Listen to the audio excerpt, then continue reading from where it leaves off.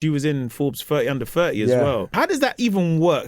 Would you get an email? You know, I couldn't read and write when that come out either. Swear. Could not read and write when that come out. Is it? I generated over my career probably over 100 mil. I could not write an email or read an email because I didn't know. That's incredible though. Yeah, I was undiagnosed ADHD and it wasn't until I got medicated that I could actually read an email. How are you and yourself? You're right, bro. Everything is perfect, man. Yeah. We're having a good year. Yeah. Oh, that's good to hear, man. Good year. That's really, really good to hear, man. Yeah, it's flying. I didn't know originally you're from North London, though. Yeah, you're from Islington. Yeah. Yeah. I grew up in Islington and I went to school in Archway.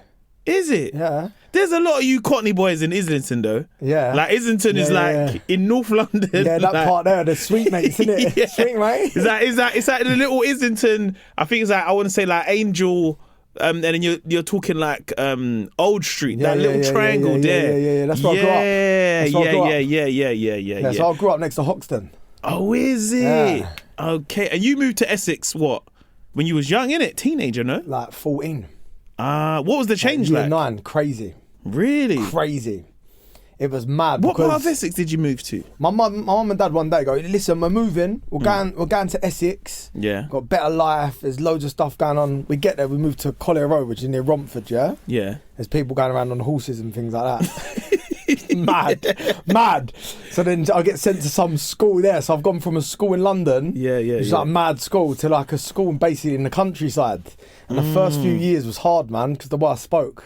Is it? Yeah, it was before Top Boy and that come out, and everyone thought it was cool to speak like that. Yeah, no, it was alright though, man. It was alright. I had some good opportunities at the back of moving. Do you know what I mean? Yeah, man. Because I know, like, I've only been Romford like maybe once or twice, but I remember even when I went there, and I'm talking like I went there in like 21, 22. Yeah. And even for us, we grew up in South London and we were like, raw, this is far, man. we're in Essex. We're like, this is really far for us. Yeah. So I can't imagine what the change would have been like going from Islington to Romford. Do you know what I mean? It's mad because Romford's not really like, it's not even Essex. Not really, is it? It's kind of like an extension of East London, like Dagenham. I would say, yeah. So we used to have to get the train from Romford to Islington every day to go to school. Is it? Yeah. What, every day? Every day until I left and then went to a school in Romford. Oh, swear. Yeah. Oh, man. So, like, before you got into what you do now, you had, like, was you like a labourer? Was that right? I've done it all. So I left school and started studying architecture. But I've got ADHD and I'm autistic as well, I just found out.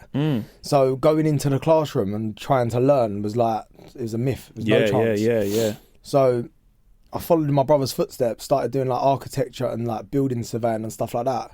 And then I had to go to college and I had algebra in there and things like that. And I couldn't do it. So that was my first job gone. And then I left and was just messing around for a little while and ended up doing labouring and then ended up becoming a carpenter. Oh, yeah. Yeah. And then done that for like 3-4 years. I got to like 20, 21 and then started like looking around where I was working. I was working in central London and it was when Diced Pineapples first come out, the Rick Ross song. Oh yeah. And I never forget. I went from being a labourer and then a carpenter to watching the music video of that and saying to one of the boys in work, we ain't gonna get that lifestyle while being here, man, so I'm cutting out. And that was it. I left. Yeah. And then just changed everything. And when you left, so what did you go straight into? Because I think followed you when, and I think I might have even told you this. I think you was working with someone and there was like this clothing line and it was like dog tooth with like a t-shirt and trousers. Yeah. And that's when I didn't even know you was even on TOWIE those times. Yeah. I was just like, hey, this guy is dressing so sick. I need this combination of this t-shirt and trousers. And it was different like materials and stuff as well.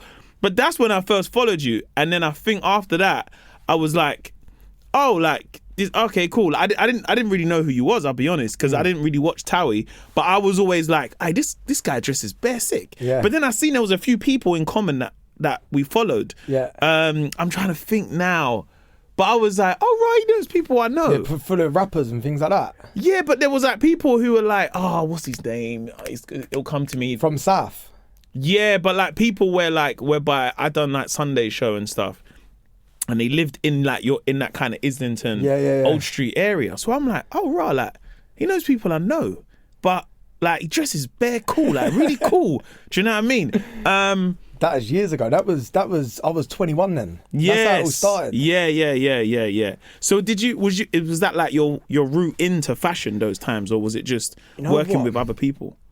It's actually mad, yeah, because I was on TOWIE and it was never a thing for me. I never become like the other reality stars. It weren't like I went and got loads of PAs and stuff like that. I had to work. Yeah. So I got because we're involved. talking 2014 these times. Right? 2014 that was, yeah. And that was the first brand we worked on. That brand ended up becoming Preview, which was J. Cool's brand. Ah, okay. Yeah, it was, so it started off like a project. Yeah. And then Jake took it and done what he done with it, and I left them when I started my first business. Yeah. And then that was it, man. I ain't looked back since then. It's been crazy. It's been absolutely mad. I've ended up building 3 fashion brands. Yeah. And never looked back. So you go from labouring to that. So in terms of the architecture, because I know you do your own sketches and stuff like this. So like, how was that always like something you just done when you was like in school, like back of the book, draw some trainers? Yeah. Do you know what I mean? Yeah. So when I was in school, it all makes sense now because obviously I understand how my mind works. I didn't understand when I was a kid. Like, I had ADHD and I was a little bit autistic. Yeah. I didn't even know what autism was. Like, you know what I mean? Yeah. So I had one teacher in school I really liked. So instead of really being in class, I'd just cut around the school and go and sit and do my graffiti in my book, and then end up being really friendly with an art teacher, and he used to let me sit in his class. So I used to sit in his class and just draw all day. So that's how it started for me. I used to sit there and sketch, and whenever I was a bit overwhelmed, I'd sit there drawing. So when it started coming to drawing trainers, the reason I actually got into trainers is I was filming and I was sitting there, and we used to have long breaks between filming, and I didn't drink back then either.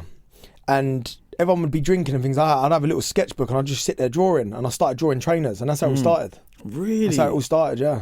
So then, how do you go from like being a labourer then to like sketching, sketches? Because I know you said you like architecture and stuff as well. Yeah. So then how did the whole TOWIE thing come about in 2014 then? Because I was like, so during them years, I feel like I've lived 3 lives, man, honestly, because I went from living in London to then moving to Essex, moving back to London, and then moving back to Essex, and I'd hang around in South for a little while because I lived in Blackheath. Oh yeah, okay, yeah. And then after that, I went back to Essex, and that was when I was getting scattered for the show. People was going around just Essex, and just whoever was like a bit of a boy was getting scattered, and I said no.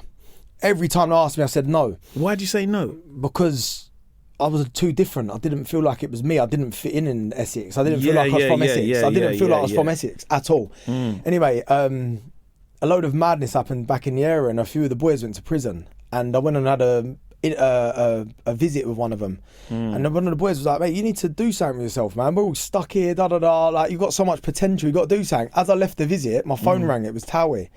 So I just said yes straight away, and that was it. That was it. So like, let me ask you this. You see with the show, is it as produced as we see on television, or is it what you are seeing is what's happening? Does that make sense? Was different. Back then was different. So what they'll do is they'll say, listen, I'm meeting you here. And they'll say, when you're there, we need to get something out of the scene. What we need you to do, we need you to discuss the problems that you had last week with him, that there. And they would sort of structure it, and you go in there, and then that's it. But people like me and a few other people, they couldn't really produce because they'd have to stop the scene constantly and come in and say, "Oi, what are you doing? You're talking about all madness." Yeah. So we was sort of left alone. But a lot of the kids that weren't as good as talking would have to get produced a little bit more. But it is real. Really? It's real. Yeah. That was our lives. Because I always think that, because obviously, like, I think now, like, being able to see how TV works and you got producers and stuff, but 2014, that's a different time. Do you know what I mean? It was crazy. And the show was, you're talking like at least, 5 million people it was massive, per episode. Yeah, do you know what I mean? Yeah, it was massive. It was unbelievable. How did it start to change your life? Like getting recognised and all this kind of stuff? I was young, man. I was like, I went on there and I was young, and I was like, I was active anyway when I was younger. I was hyper. I was out all the time partying. I knew everyone. It wasn't much different really. Do you know what I mean? And then all of a sudden, I was going to Newcastle, and it was like being in my area, but being in Newcastle. Everyone knew me. It was a bit crazy, but it was good, man. It was good. It was a good time in my life. I'm proud of that part of my life. I loved it. It was like we went from cleaning lofts out in central London to all of a sudden getting flown around the world, and it was life-changing experience. The best thing I ever done was take it. Best thing ever. It changed me so much, because it must have changed your life so much, because like, you know, like when you think of like, one, there's a part of you that's like, you're on TV, but like you're also on TV being yourself. A lot of people don't get to do that. Do you know what I mean? Some people are presenters and they're a version of themselves. Whereas like you get to be yourself, but then it's really interesting, like your journey now, because people buy into you. Do you know what I mean? So almost like they're like, oh yeah, you was on that, but I just like the drip you wear, or like what do you know what I mean? Or like what you say, because you're very open with your social media as well. You tell people everything. What made you kind of have that juxtaposition of, you know, when it comes to social media? Because I feel like, you know, when I think of reality TV, and a lot of like women buy into the women. Do you know what I mean? Oh, she's wearing that, or this is going on, or, you know, even some of the bad stuff, it's like, oh, it's in the newspaper, oh, you're right, babes, and like they'll message and stuff, where it's quite hard for the men to buy into the other men. Do you know what I mean?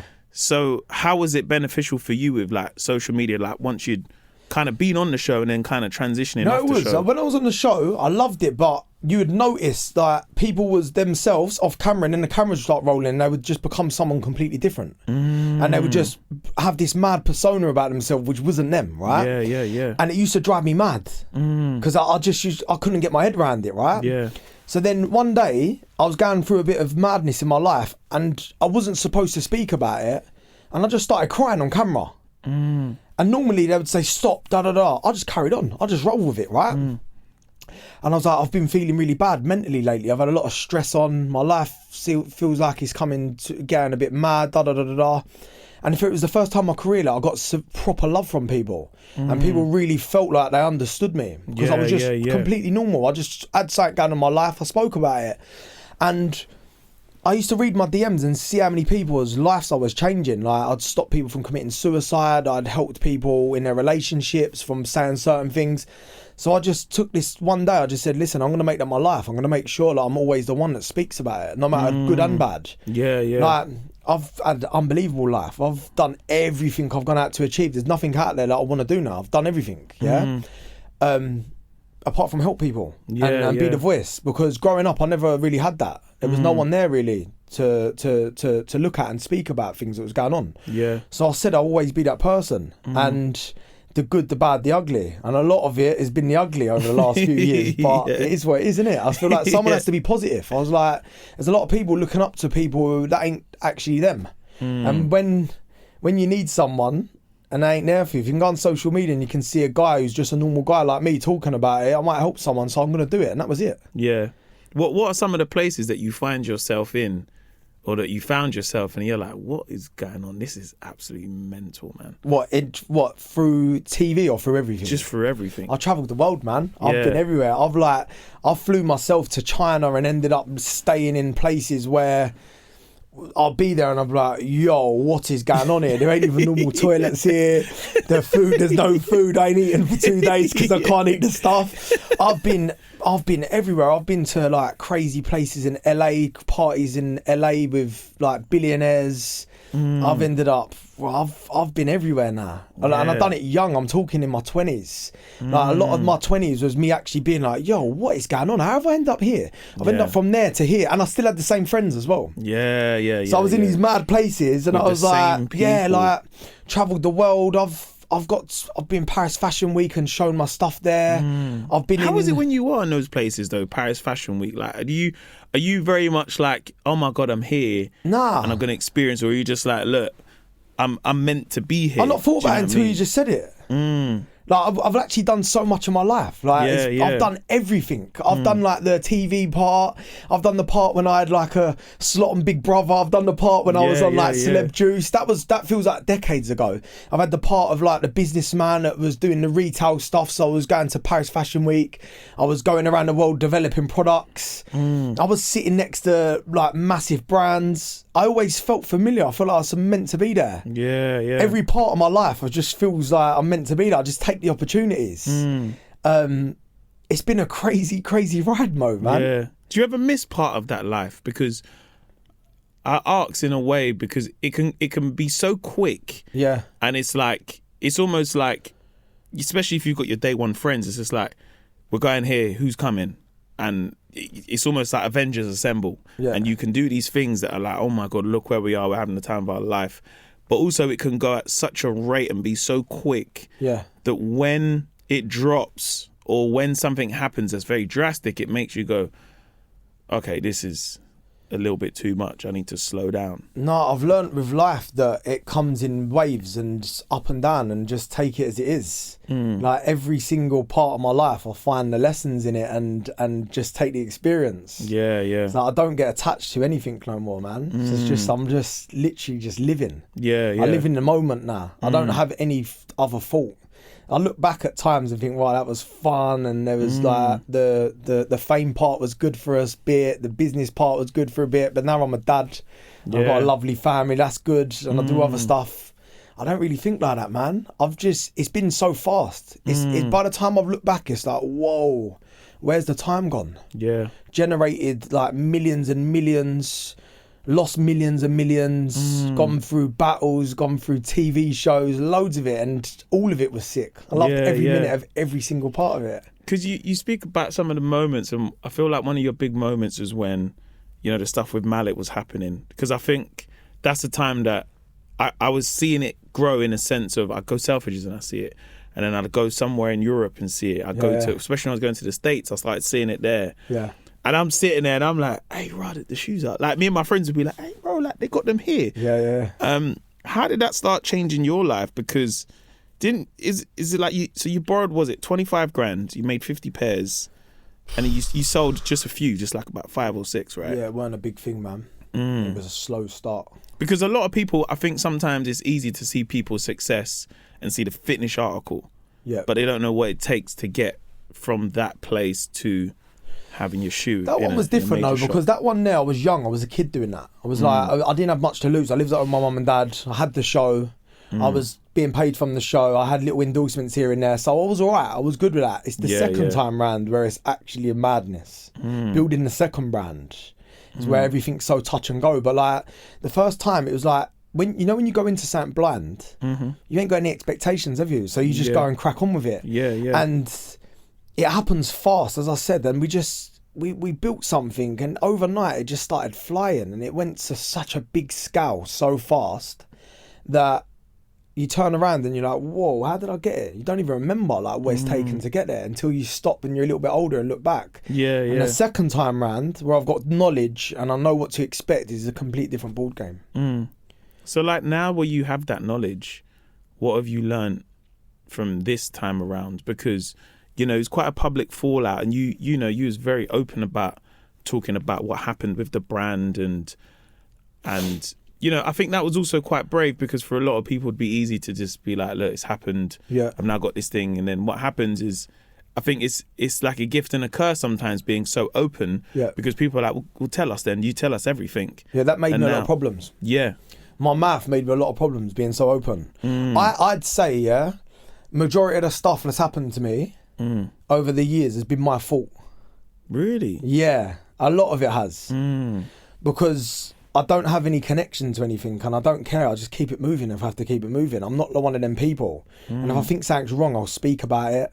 And if I feel like my time's done somewhere, I'll kick out and go and start again. And that's my personality. And that was all it was with the other brand. I'd had enough. I had been a part of something so big for so long. I had achieved a lot of good things, And I'd had kids by then, and I thought, you know what, I want to do something different. I want to start changing people's lives. I want to not only be the guy that makes sneakers, I want to be the guy that can say that I had a positive impact on people at the same time, yeah? And instead of me just going to crack on and doing that, I open my mouth and just start chatting loads of, like, just opening my mouth too much about things, you know, like just being that person who's too loud, always got something to say, don't care what anyone says, I'll say what I want. And it got me into a lot of legal trouble along the way. But with that being said, as much as, because I don't want to keep going back and forward about this problem as if it was like all me, I'm a victim. Look, I played a big part in what happened with me, with what happened in my career, yeah? But it was also for a reason. Like, I'm building something new now, which is absolutely flying, and I've learnt so many lessons along the way. And I completely give everything up to my destiny, and I'm so content with it now, where I wasn't before. Before, as much as everything was good for me, and you look around and you say, yeah, you was there. Deep down, I was very unhappy. Oh, really? Very, very unhappy. Yeah, because I always, like, when you do something for the first time, you make a lot of mistakes. You have different partnerships and stuff like that. You end up doing stuff more commercial so you can get money because you've never had money. And I feel like I made a lot of them mistakes and built a lot of stuff that I weren't really happy with. So when I had the second time round to do it again, I was like, let's go. Yeah. And normal people normally exit in a different way. Obviously, me just being so chaotic, I just slip. That's just how I roll. So do you think now that you've learned from that, in a sense where you know, when you want to speak out, you're like, let me just not say nothing? No, I still do it. You still do it? Yeah. But then at the same time, knowing that got you in trouble the last time, or not in trouble, but, you know, like where you say, like, I spoke too much, I shouldn't have said what I said, that hasn't changed. Because it's hard, I guess, I feel like you wear your heart on your sleeve, do you know what I mean? Yeah. Like, what you see is what you get. But I guess it's like also like the part of an entrepreneur, like that's like, you know what? Because, bro, you know why I asked, yeah? Because I've been in the same position, yeah? I've been raging. And I'm like... I'll start tweeting it. And I'm like, especially from a business point. Not like, I think from a personal aspect, it's different because I can show my personal aspect from my work and my stand-up, and I can make joke of where my life is. But when it's a business point and you're like, you've been hard done by, you'd be like, what?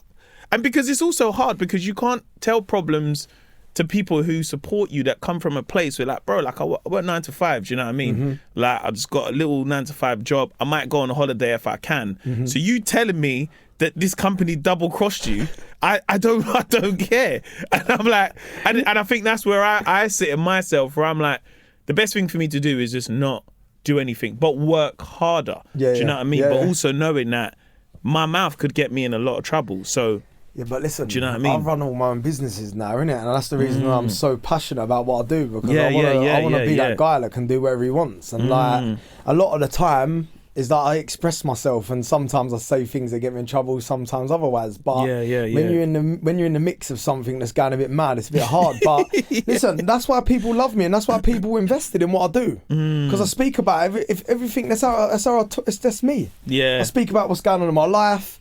And I open my mouth about too many things, but at the same time, I was right on a lot of points. What I'm just trying to say here is, is I don't become the victim in any situations no more. I'll take all the blame. It's me, whatever, man. I'll take the blame, whatever. I started again. I'm cracking on again. It's all good.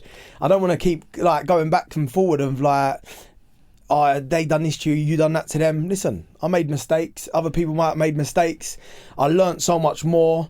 And now I've gone from being millionaire mentality to billionaire mentality, and now I've got something that's going to go and flourish and become huge. You know what I mean? Yeah. It's a weird thing, man. It's a very weird thing that I've got, mate. And I'm not like normal people. I just can't be contained, and that's why I was never going to do well on TV. I knew I'd never ever do well on TV. Because I didn't want to go to the events and start chatting to the exec of that show and the commission of that show. I don't give a fuck about them.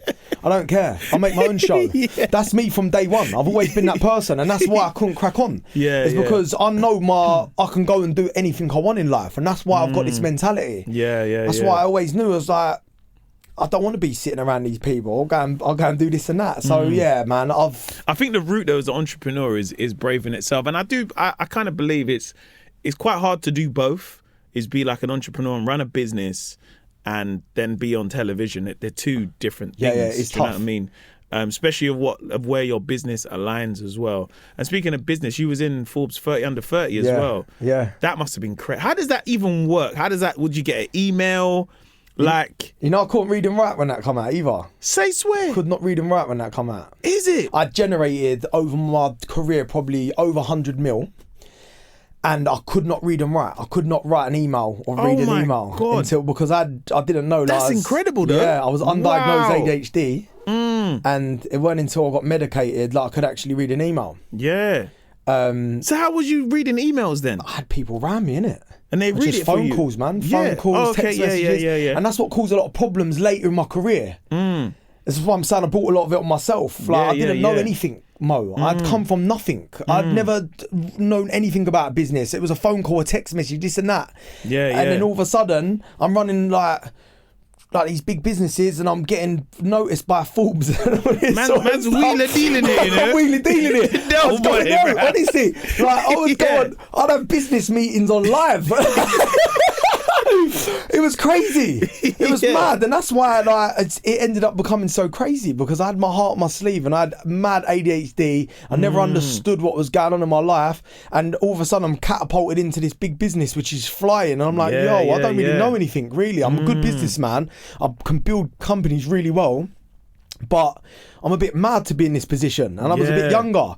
So I wake up one day and I'm like, I'm on the Forbes list. I'm like, this is real now. And then we started smashing it in retailers, started becoming #1 brand in England for years and years. It was a roller coaster, man. Was there people that reached out and started reaching out? Because I feel like if you're on things like Forbes 30 under 30, was there certain celebrities that started reaching out that was like, oh, bro, I see what you're doing. Yeah. Love to get involved. No, I'll never forget, when I used to go to the NTAs, obviously the celebrities, see all the people in your category, the big shows. Oh, allow me, don't No, not you. No, you listen. Because I show love on the carpet. No. When I see you there, not like that. Not like that. Sorry, what I mean is, you got the big shows. You got us who's on reality, and then you got you lot on the big shows. You're prime time shows, Something you're different because you're that guy. But I'll never forget, I used to go to NTAs and not one person would say hello to you, ever. And I'll never forget, I got that Forbes thing, and then I bumped in some people that day, and it was I got showed mad love because it was the month after. Oh, really? Yeah, I got showed mad love, yeah. Because that red carpet is an interesting one, because soap stars are that. I feel like that's their thing then. That's their thing. That's what I mean by that. I don't no mean disrespect to the soap stars, but I remember when I seen I don't know his name, but when I see Phil Mitchell, bro, and you got the fans that come as well, they were going insane. Even I was like, hey, that's Phil Mitchell, bro. Like a whole Phil Mitchell, raw. I wanted to just say hi to him or something. Do you know what I mean? But so what was it like in terms of when you're on that list? Are people starting to move a little bit different? Do you know what I mean? Yeah, it's a big recognition, isn't it? You're being recognised by one of the biggest wealth magazines in the world, and it was 28 or something. Wow. I can't read and write. Come from a mad area, and just all of a sudden I'm on this list, and it was life changing for me, really, because you'd go to America and it would open doors up that wouldn't open before. Really? As soon as they see you was on the list, it would open doors up. What was it like for you going to America, with this happening? It's chaos, man. It's chaos. It was it happened after lockdown. I just started going, do you know what? I'm going to just fly into all these people. So I started flying to America, started banging on doors. They started opening, and all of a sudden that was it, man. We was there. How did Americans take to you? Loved me. Yeah. Do you know why? Because what I'd done was with America, not as a business, but me personally, to build my relationship. And instead of going to America and just knocking down any door, I was chilling with the black community in America. Yeah. I was going to New York, and I'd bump into some people from ASAP Mob, ASAP Nast and things like that. Is it? Yeah. ASAP Tyre. I ended up becoming friends with ASAP Tyre. And what happened is we got brought over there by doing a collaboration with Coogee, which was the sweater. Yeah, because I remember you used to wear the tops. We done a collaboration with them. Yeah, I remember. And what happened was, and this is how the doors opened, we went to a party in Brooklyn, And there was a few English people there who were like really fashion English people, and then there was me. And then boys was like, yo, who is this guy? And that's how the door started opening, because they was like, yo, where are you from, man? Like, you don't chat like the Queen and all that. I ended up being friends with them, and it ended up getting in with these guys from like the Bronx and stuff like that. And then they introduced me to guys that was doing business in the Empire State Building, but these was like hood people from like, they come from the projects, but they was designers, so they end up being friends with the billionaires that own the brands, and that was it. I ended up getting linked up with all of them, and that was it. Next thing, I'd done a collaboration with a brand that Biggie was wearing. Yeah, just off the back of that, it was literally. How did that come out? Because Coogee is such a like you need. I think Coogee's not like I've got a few like cardigans and stuff, and if you know Coogee's not. It's not cheap. No, it's crazy. I mean? Even when I buy a vintage Coogee because it's cheaper. But also, it's like, how did that even come about? Best question, right? Because that's how it come about. I always wanted the jumper, right? Yeah. And they was like £700. And I'll never forget, I'm like, yo, I'm not paying this jumper. I'd always wanted one. I couldn't find a vintage one. So one day, I'm sitting there drawing, and I'm listening to Biggie. Yeah? And I heard every cutie with a booty wears a Coogee on the thingy. So I started listening to it. As I'm listening to it, my mind's just taking me to wherever I'm listening to. So I ended up designing this trainer with a Coogee sweater in the material. For some reason, I've just put on Instagram, and one of my guys, big up the twins, they're from Manchester. They used to have the hats with twins on it, One of them's messaged me and gone, yo, we are starting an AI business. This was in 2018, I think. We're doing the first shoppable thing, so you could go on the website and you could spin a sneak around and you could watch a video and it will tell you what it's wearing. The guy that we're in this with is the owner of Coogee. Where are you? I was like, I'm in London. He was like, come to America. I was like, sweet. So I flew to New York, and I got there. And it was like this launch party for this big like AI thing, and that's how I ended up meeting the boys from ASAP. And they was all wearing Coogee, and they loved the story. Ended up chilling with them, and I was like, "Yo, let's do it." And that was it. That was it. Literally come from there. And then after that, a few years went by, and ended up landing Reebok. Yeah, and I was the first person to redesign the classic and the workout. That must have been big, man. Yeah, that was it. That was for me. The workout, that was for me. How I got it. You know how I got that? So the guy that owns Reebok, big up Jamie Salter. They own everything now. Yeah. I had a meeting with his partner at the time, top guy. He's American. They live in Miami, but he was from London originally, yeah? But I didn't know that. He's ended up introducing me to the CEO of Reebok. So one day I'm just chatting to him about Reebok. Next thing you know, I'm talking to the CEO of Reebok, yeah? So he was like, how come you want to do it? And I was like, I love the story of telling my childhood about how I used to get the bus to 38, to Angel Islington, to this store in Angel to buy my Reebok workouts when I was a kid. I used to get 2 pairs a year, one black pair, one white pair, and they used to be shiny towards the end because I used to shine them up so much, right? And that was the best-selling store in London. What's your vision? I was like, look, I want to basically put a bus pass on the side of the sneaker, so it was like when we used to forge our bus passes when we was kids using pencil. I want that in metal with the coordinates of the store. He was like, yeah, deal, let's do it. Yeah, so that was in the time of Shaquille O'Neal and Jamie Salter had just bought it and ended up getting linked up, and then that was it, collaboration. Oh, wow. Yeah. So you must have some good contacts in your phone book when it comes to that world. Because it's like, I feel like there's one thing to be in that world, but also, is it, being an entrepreneur, is it really about who you know? Is that a thing? Yeah, it depends, because look, it's who you know until you get yourself in trouble, which everyone does in business. If you meet any entrepreneur and any billionaire, they would be exactly the same as the way I'm speaking. You know, when you say, I don't care, I'll carry on doing what I'm being me, that's them, right? So obviously they're good to know if you want brand partnerships. It's all about money. All these connections are good until it comes on top, innit? And then you're by yourself. That's what you got to remember about it. That's what you got to remember about the game. Yeah. So when you're building and it starts going really well and you're flying, you're the man. When it stops, you ain't no one. And and that's about who you know to. Is that in the sense of to get the next deal, or is it about to get back on your feet? It's good, isn't it? Yeah, get back on your feet. Have the right people. Like I've been treated very well over the years because I've done the right thing every time. Always done the right thing. So when I was coming out and speaking about stuff that was going on in my life, I had people backing me. A lot of people backing me to say if you need to get back into stores and things like that. Like the the buyers of stores. I had some good people and things like that. But the big names, nah, man, they don't really help you when it comes on top because they don't want to really tarnish what's happening with them. Okay. Do you know what I mean? So it's really about who you know, but also who you know might not be the person that can come, not so much to your rescue, but just be like, oh, like, could you help me with this? And not right now. It's too hot. Yeah. Okay. Yeah, that's because I think sometimes when people think of an entrepreneur, it's very much. It's sometimes what you see like visually on television of a, I don't know, Dragon's Den, Wolf of Wall Street. It's this, you know, it's cutthroat or nothing, invest or nothing. Yeah. Where I guess like it's also the sacrifices. What would you say you've had to sacrifice? Because to be as busy as you are and be a family man and, you know, everything else you've got happening, how much sacrifice does that also take as well? Listen, you work hard as well, though, innit? It's the same as what you do. You probably work more hours than me, to be fair, because you put the work in. You going from doing, you do stand up, and then you're on telly on, and you're on ITV or whatever the things are you're doing. Yeah, it's like it's a career, innit? Yeah, it's a career, and finding balance is hard. But the way that I've done it is it's my life. This is how I operate. So I don't mind working from 6 a.m. till midnight if I have to. It's fine. Yeah, it's just me. And over the years, especially over the last 3 years, I've learned little things get me through. Like I take my kids to school, and then I'll just crack on and work like a madman, and I'll put in the bed and I'll crack on like a madman. Do you know what I mean?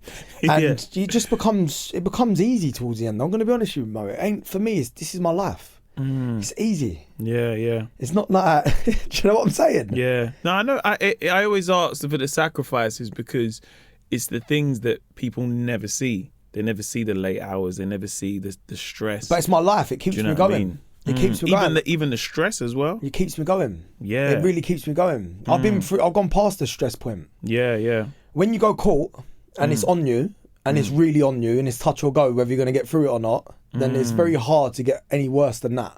Yeah. And that's where I'm now. I've give everything up to faith, man. Like I literally just let everything just be. Yeah. So I don't feel stressed no more. I don't feel it. I've gone past that. So you feel like you've gone through the worst of what completely life can really show completely. I've gone through a lot of ups and downs and a lot of mental struggle to get where I am today, and that's why I'm just thankful. I don't take stress. There's no stress is not being able to eat, man. Yeah. It's like nothing. Whatever. I might lose some money or I might have a bit of trouble here and there, mate. It's nothing, man. Like there's people where I grew up from who didn't even get to see 18. Yeah. So like I've got this mad gratitude now in my life where I'm just thankful for every opportunity. So I don't get stressed because I'm just grateful to be here. If this is what it takes, then whatever, I'm grateful. I take whatever it takes to be here. I'm here now. I asked for it. Thank you. And that's it. And that's how I work now, honestly. So in the early days, I sacrificed. Obviously, I don't drink. I don't go out. I don't party. I didn't really go on many like boys trips. I didn't really have many friends. I was just working. When I was younger, I did. But when I started building the brand, I cut everything off. I stopped everything. It was just me building the brand. I didn't do anything. Like. Because I started going out young, I was 16, I was going to Marbella, I was going to Ibiza, I was doing all that. When I really got locked in, I didn't do anything. There was nothing else. I didn't even train. I was just working. Yeah. Like that was the sacrifice it took to do the first bit. But the second part, I've got different now. I've got knowledge. I've obviously got better contacts. I understand how it works and stuff like that. So, yeah, I'm just thankful, man. I don't take stress. And am I right in thinking your latest... I say design, but you've got the shoes with the crystal in it as well. Yeah. How do I pronounce that name? Citrine. Okay. Citrine, yeah. I can't lie. I've been fighting all day trying to be. How am I? It's not Citrine. So then you started Citrine, right? Yeah. What made you get into that? Because I know you're quite big on things like law of attraction, and you speak about a lot of that stuff. And so what kind of? Because I feel when I first heard about it, I was so intrigued to know. What was the reason to put a crystal in a shoe? But also, one, I know your reason because you're very open and you are into the law of attraction and manifesting as well. So what was that kind of route into that shoe? So, I done a video about this the other day, yeah? When I first become successful, people used to say, you're smashing it, you're changing the game. And I used to feel uncomfortable, right? And I used to feel uncomfortable because I was like, well, I'm not really done anything. Created a business. So what have I done? There's nothing really crazy about it. I ain't changed anyone's life. I ain't done anything. Yeah. And at the time of me coming up with Citrine, I was going through a lot of bad stuff was happening in my life. I'd suffered with a few bad things that was happening. It was one thing after another. So, and I was the richest I'd ever been. I was earning serious money, man. Like, I think at one point I was probably earning 9 mil a year. Wow. And I was young, yeah? So I got to this place and I was like, well, I'm here now. This is everything I've wished to be. I've got the money, got the cars, got the houses, got houses around the world. I'm here. There's something missing still though. What is it that's missing? And I always used to give back. It was always my thing. I used to get the maddest pleasure from like finding someone who needed something and then helping them, put them on the straight. Yeah. And I thought, I ain't feeling fulfilled here, man. I didn't feel fulfilled in what I was doing. I was just making sneakers. For me, that was it. So I thought, I want to change people's lives with this, man. I want to get involved in wellness. I want to prove to people that anyone can be whoever they want to be in life. If I couldn't read and write and I'm on the Forbes list, anyone can do it. So I started coming across like wellness and how you can like just live the best version of your life with less stress if you just give your like life up to being more optimistic. Yeah. And my thing was like, well, what will be will be. Yeah. During that time, I just want to feel the best I can during the good and the bad. So I started coming across like just more wellness, so taking my health more serious, the ice baths, the saunas, and then coming across crystals. I was in LA and I see there was crystal stores where people, like normal people, was getting out of Ferraris and going in these stores. I thought they was for hippies only. Comes out that they're not. People just carry them as a reminder of like frequency, right? So I was doing my thing where I'd just go back to my roots. I'd be doodling. Anyway, we've ended up, all things have happened. I've ended up designing a sneaker with a crystal in it. I've ended up patenting it. And this crystal I put in the sneaker, it brings wealth, prosperity, abundance, removes creative block, and helps when you feel bad mentally. So I tried and tested it. So I just kept this crystal with me. And I thought, let me try it. Because nothing else can go wrong. Let me just try it. And my life started going up and up and up. And all I'd done every day was, every time I felt bad, I'd put my hand in my pocket, I'd feel it, and I'd have a reminder of this feeling of, don't worry, you'll be fine. Just keep pushing. You can be whoever you want to be. You're there. Trust me. Like, you will be there. And things started working for me so good. So I was like, you know what? I want everyone to feel this. So I ended up putting in a trainer and starting Citrine. And the first 2 years was all right. I was obviously going through a legal battle, being sued. So that was a bit of a problem. And then the reviews started coming in. People changing their life, people winning the lottery, people getting job offers all around the world, people from being like thrown out of their jobs and they're being their last legs and investing their last bit of money in Citrine, and then all of a sudden getting jobs tenfold. It actually starts happening in front of my eyes. So that's why I'm such a big believer in it, man, because I think to really become a success and really be that guy is you need to not just do something for yourself, you have to do it for other people. And that for me is what I get the most pleasure out of. I feel like you not only should have to be out there spreading a positive message in such a negative time, you want to help people get to where they need to go and let them know that anything's possible. I started doing it, and I'm not joking, Mo, if you read the reviews, it's insane. It's insane how different people's lives are. Since I'm not just saying it's me, it's the switch of the mindset and it's different energy. Like, you can be whoever you want to be. And since doing it, it's just been mad. Because I think I've always been quite open of talking about things like manifesting, and it's interesting where it's very hard to talk about it from an aspect of, sometimes you can be very open. In myself, I talk about manifesting, and I have vision boards and I write down and I have lists of things I want to achieve. And sometimes I think it's very easy for people to link that to, well, yeah, you're doing all right now, because of course I can see you as the finished article, so of course you're going to tell me to manifest. Well, right now, bro, I'm broke. So telling me to, get a crystal or buy this book, and I think it's so hard because it's until you apply it. Do you know what I mean? So this is where it's going to get good. Because you asked me earlier. Yeah. It's until you actually apply it. Do you know what I mean? Even for myself, it's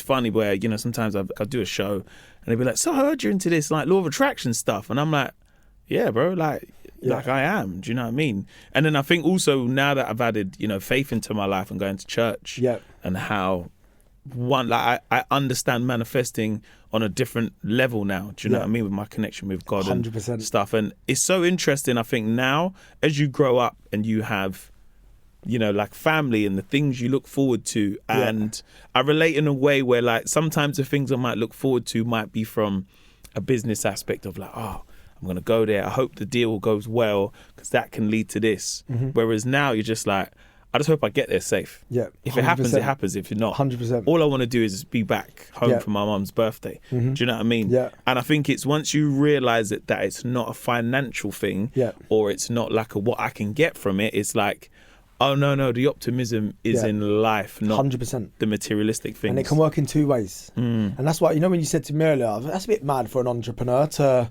if something's made you problems, why are you going to keep doing it? Yeah. Well, if you've seen this whole thing unfold of me saying I've lost everything over the last 2 years, and then you see me get it back quick, you're going to know the formula's right, huh? Yeah. So I've showed you I've lost everything. I've can show you that I had that amount of dough, it went, and I have to build from start to finish again. Yeah. I'm not just some multi-millionaire sitting there telling you use this crystal and you won't be skinned. I was losing my house. I was losing my house 8 months ago.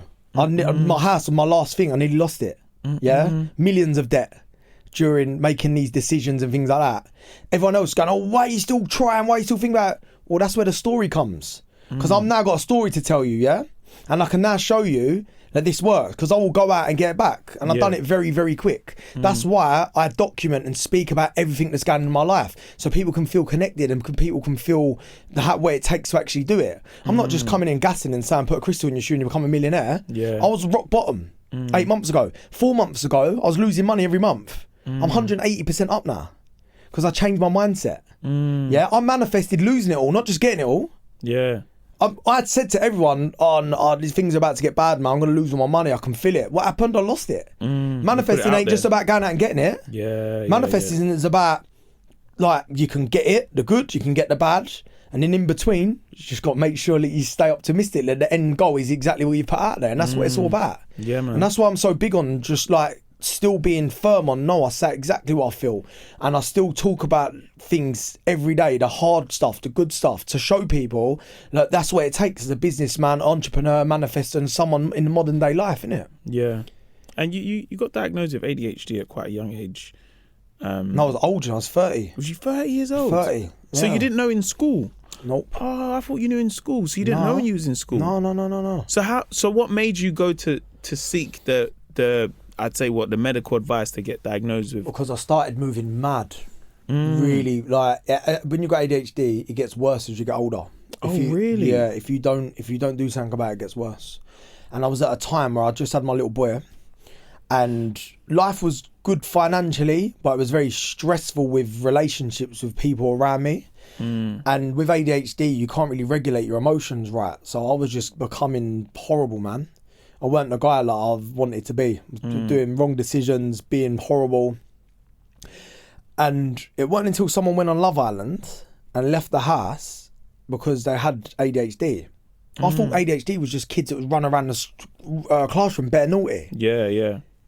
Georgia's seen it and said, wow, this guy's the same as you. She's like, what do you mean? He's got ADHD. I said, yeah, but that's just naughty kids. She said, no. He can't get himself out of it when he gets into a bad place. He overthinks a lot. He's all over the shop, So I was like, oh shit. And at the time, me and Georgia was actually breaking up because my mental health was becoming so bad. I was aggy. Things weren't going my way. I was just all over the shop. So I went and see someone about it. And when I went and see him, the guy was like, yo, you've very, very much got it. You're top end of having it. How have you got to where you are right now with that? Because you can't organise things as good and you're just running on burnout. 1 minute you're up, 1 minute you're down, you get addiction, you get this and that. I'd been through every single moment of it and I was at the end of it and I was like, whoa, I can't take anymore. So the last thing I could do was go and get help. I got told I had ADHD. I went on medication for about a year, which was very eye-opening. It changed my life. Did the medication help? Yeah, it did, yeah. It helped me see the world for what it is actually for the first time. The only way to say it is I said to the man, what's this going to do to me? Because I'm building staff in the background, the business is doing very well. And he said it will be like being born for the first time. And I was like, all right, let's try it. And I'd done it, and I could read and write instantly. Really? Yeah, I could read and write instantly. I could suffer being around people. I could understand why things was happening in life without getting too emotional about it. And my life just really started getting better to the point where I could stop taking the medication because I understood how my brain worked. Yeah. And then after that, I started realising that I was probably a bit more than ADHD, and I was a bit autistic. And that was stopping me from like having so many friends and stuff like that. Because I got to a point where I couldn't be around people. I didn't like being around people. Yeah. So for example, going back to like the NTAs and stuff, my agent couldn't get a red round where I would not go. And the anxiety being on the red carpet and having to speak to people, that's how bad it got. I could not do it. So my life changed overnight. I went on medication and I learned a lot about myself, and I become a big advocate for it to help people change their lives. It's very important. Do you think there's a lot of people out there that have ADHD that don't know it? Yeah, man. A lot of, but it ain't just ADHD, and that's something that I've learned over the last few months. It's ADHD, it's autism, it's bipolar, it's what's the one when you clean up all the time? OCD. Yeah. Them things there are honestly very painful to have, you know. And I didn't know that. I just thought like, oh, it's just you've got ADHD. A lot of people have got all different stuff, and I can see it now because I've learned so much about it. Yeah. And it's a big cause in people going down the wrong road. People becoming addicts, suicide. A lot of it comes down to that, man. Yeah. So that's why I've used my platform so much to speak about it. It's really important, and that's one of my things that I'll always do. So where you are in your life now, where it's like, you know, you're it's like you're saying like your life is changing in the 8 month span. Yeah. And you said that you feel like you've lived 3 lives essentially. Yeah. So do you think like this is the last life, if that makes sense, or do you think there's another version of Tommy in some ways? I feel like I've got another 10 years working and really building something insane, becoming super successful, and then like doing my purpose of helping people and giving back. That's what I want to do. Yeah. I want to give away as much as I can. That's where I'm at. There's nothing else I want in life. I've got everything. I've had everything. There's nothing. I could not sit here now and tell you there's anything out there that I want that I've not had. I've had everything. I've had anything I can imagine. I've had it. I want to now be healthy, be mentally strong, be a good figure for the youth to show them that you can be the best version of yourself, and then also selling the business one day maybe for the right amount of money so I can go and help people throughout the world, and that will be my purpose. That's what I feel like my purpose is. Letting you know that everything's possible, and then also letting you know that it's very important to give back.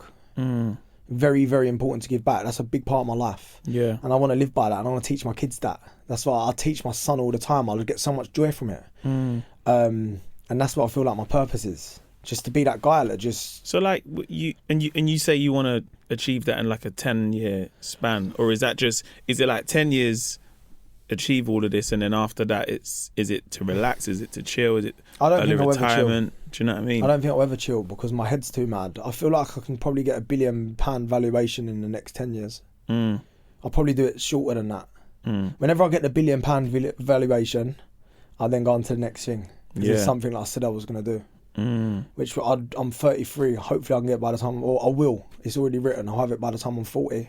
Yeah. And then I will go around and just make sure that I do the best things I can for everyone and just teach. That's what I want to do. Yeah. I just want to be that figure that growing up that everyone like can look at and say, you know what, he's a normal guy. He done it. Why can't I? Do you know what I mean? That's where my story's going to end up. Yeah. I don't see me chilling really though. I just want to go out there and help, man. Yeah. There's a lot of people that need it, innit? And I think for me, that's what makes me feel like I'm happy. So that's what I'm going to do. Hey Tommy, man, I really appreciate you coming on this podcast, because I've been trying to get you on it for ages. I know you're very, very busy, and even when I asked, it was properly off the cuff, where I was just like, "Oh, do you want to? I'd love to get you on." You say, "Yeah, I'll do it, man. Send me know the time and the place." So, I'm a big fan of you, just in general. Do you know what I mean? Like, I love your honesty. Like, I really appreciate your approach to life. I feel like we have a lot of things in common in how we see the world, but everything you set out, I kind of see for you, if that makes sense. Do you know what I mean? like even when you was doing the stuff with Mallet back in the day, and I feel like I remember it from a point of when you were putting up sketches to seeing it in shops, and like, you know, I'm traveling as well and I'm seeing it, I'm like, oh right, they got them here. And to see the transition, because I think it's very easy to start something and then it just ends, because I feel like there's also a side of people that they're like, yeah, see, like I told you it will flop. Do you know what I mean? But to see you kind of reinvent yourself, and it's like you're saying, you know, you've got another lease of life, and you're like, I've got Citroen and I've got, you know, other things I'm doing, but also I have major connections that even if I wanted to sell Citroen tomorrow, I can start something else. Because I feel like you have a really cool gift of like people buying into you, and not buying into you where they're like, oh, it's just like, I really like this guy, I want him to win. And I tell you what, if I've got my last £100, I'm going to buy these shoes. Do you know what I mean? It's very, very rare that people have that when they buy into them and not the brand. But just I'm want to say, forever grateful for that, by the way. No, but honestly, man, it's very, you're a very pure soul. Do you know what I mean? Likewise. And the amount of times you just message me and stuff. And always. I don't know if you remember where, like, do you remember when we done quarantine games? I want some hair straighteners. And I give them to the woman. After. And she said, listen, just to end it, I've got to say this. We don't quarantine games, and I want some hair straighteners, And I said, give them to the next person. And she said, I've got weave, I don't need it. I remember because, so basically, anyone listening, I used to do this game on Instagram Live, and it would literally, I would just purely pick out random, just for a bit of joy, and then like someone like yourself would pop on, would play the game, and then you won. And it was always mad because even when my friends would win stuff, I'm like, oh, guys, man, you can't win this, man. It's for the public, man. Like, So like, I had one of my friends win something, and he was like, hey, so what you gonna? It's like a voucher. So I was giving out like vouchers for like supermarkets, £100 or whatever, and my friend won it, and he was like, yeah, so what, bro? You gonna send it? I said, bro, you're my friend, man. I can't give this to you. I think I paid mine forward and it backfired. The woman was like, no, I don't want them. Why'd you have hair straighteners? I bought loads of stuff. Do you know what was mad? No, did I buy them? Yeah, no, I think I bought those, or maybe I got them given to me for free from my crazy, man. I think they were GHDs. It's GHD hair straighteners, and I won them. Yeah. Oh, the good times, man. Yeah, my girl said, no, I got weave. I don't want All right, them, listen, but that's mad to see from there to now, mate. I've got to say, I know this is your podcast, bro. But when I turn the telly on, I see you, brother. It is crazy. Oh, thanks a lot, man. I knew you'd always do it, but wow, you must be so proud of yourself. No, I think definitely it's interesting, some of the stuff you were saying where you're like, you're able to reinvent yourself, and some people can see you for one thing, but you're like, I have so much more to give and do and try. No, I hear you. Do you know what I mean? Completely. It's like, even with like, you know, people have a reference point sometimes where, and it might be similar to yourself, where people are like, oh, I remember you from the videos and stuff, and why don't you do that anymore? And you're like, bro, I could never pay my bills just doing 100%. free videos. 100%. And I love doing those. And there was that time where, like you say, you don't have nothing. So I got a camera. Cut the cans, innit? Yeah, chuck it up and see what happens. But also it's like, I like traveling. I like trying to see the world and meet new people. But also I'm a stand-up. I want to try and do this everywhere. Of course. And I wouldn't be able to do that off just one thing. Do you know what I mean? So for sure. I really like the point where you were saying about, you know, you got to reinvent yourself and different versions of yourself, but also it is trial and error. Do you know what I mean?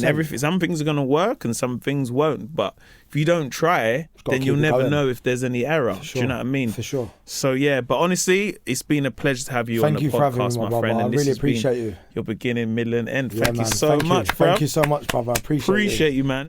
Hey, what's up? Thank you so much for listening to the podcast today. Now, a lot goes into making each episode. I know you hear my voice, but there's a team behind the scenes who help make it. And if you did enjoy it, I'd really, really appreciate if you could show the love to them by giving us 5 stars. And if you also have the time, please leave us a review. It's always appreciated, and we love reading the comments. And of course, we want to keep making it better. Thank you for listening, and have a great day. Peace.